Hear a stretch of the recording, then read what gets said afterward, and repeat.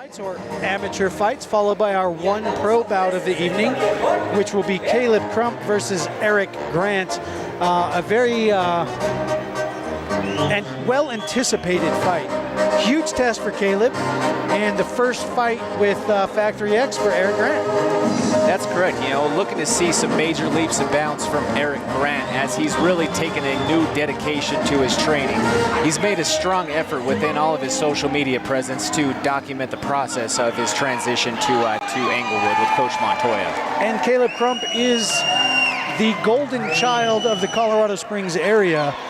He has really put on a great performance after great performance down here, so this will be an incredible test for him. You know, all we can hope for is that they put on an entertaining show at the end of the day. You know, may the best man win.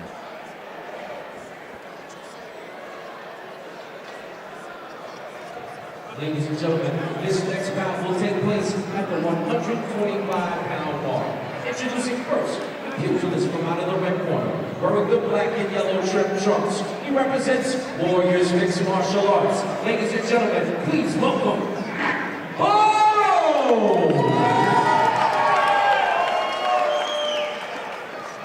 And his opponent from out of the blue corner, wearing the red and black shrimp trunks. And damas and caballeros, Factory X. Ladies and gentlemen, please welcome Llorrovic and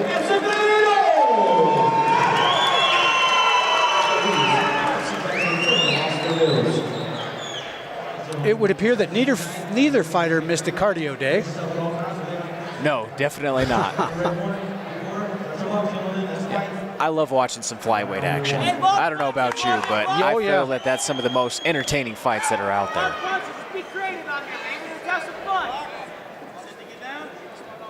And here we go, the opening of the second half of our card. Little touch of the gloves. Acevedo leads with a jab. Barro with a leg kick. Acevedo has very strong cardio, so look to see him push the pace. He does wear one right there with the overhand. Acevedo landed a nice uppercut. Barro walked right through it to the clinch, landed a big overhand. Now Fighters Barro broke apart. Has the double, and let's go. We've got a guillotine grip, front headlock. Front headlock, guillotine, front headlock from Llorrovic, Acevedo. There it is. Let's go with that. Nice knee to the body on the way out. Back in the middle.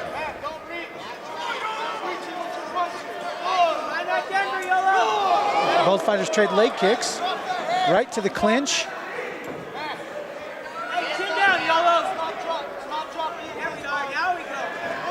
Great head movement from Acevedo, but man, a bulldozer in Barro. He just keeps moving forward, pushes Acevedo against the cage. Barro is very right strong. As I say that, Acevedo switches it around and pushes Barro against the cage, drops down, tries to clasp those hands around for a double leg. Hands are still open. And he gets it. He just goes ahead and scoops it up and dumps it. Now looking to get his head up. There he goes. Barro worked for a deep half. He's got half. Deep half, working into a roll. But Acevedo has that top leg over for a triangle. He's fighting trying to get that other second leg up. free. Yep. Both fighters very busy. Barro, very smart, traps that other leg with his hip so he cannot complete the triangle. He's holding on to it with that bottom hand. But he's paying very for strong it defensive because Acevedo is landing punches inside of that. And that's where, you know, you see these elimination bouts have a very strong difference from what you would typically see in a pro bout, because you would normally see Acevedo be looking to score by elbows from the 12 bottom. to 6 elbows from the bottom. Yes, sir. Looks like and he's looking to transition to Kimura. Yep. There's a top side. Almost omoplata, but he's switching over to armbar. He's switching to armbar. Great transition. Great transition. And he is still looking. They're scrambling. Great scramble from both fighters. Barro's going to end up on top of this scramble. Top, a little north-south, and he switch out. And now to the back, and... But no. Acevedo switches around and ends up in semi-top half guard, but he's going to land punches from right there. He's got the limbs tied up of Barro.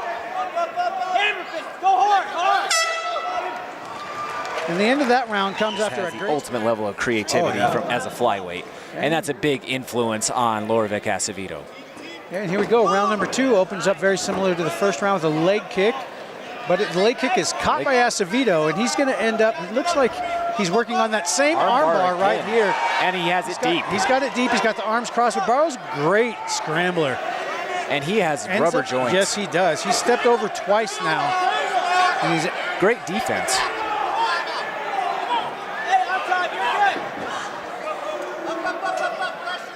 I don't know where this scramble is going to end up, but it sure is entertaining to watch.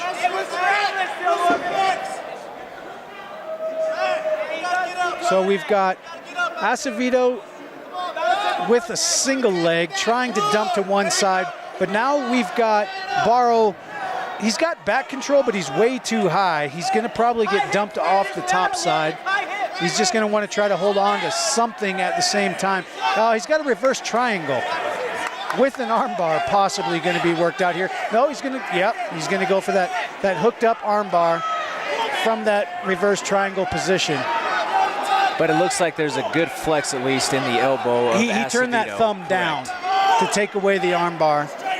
But he's still in a very compromised position. He's in a very bad spot. Now he's got the Kimura, and there's the tap. That was a bad look on that. Acevedo had Barro in danger with armbars.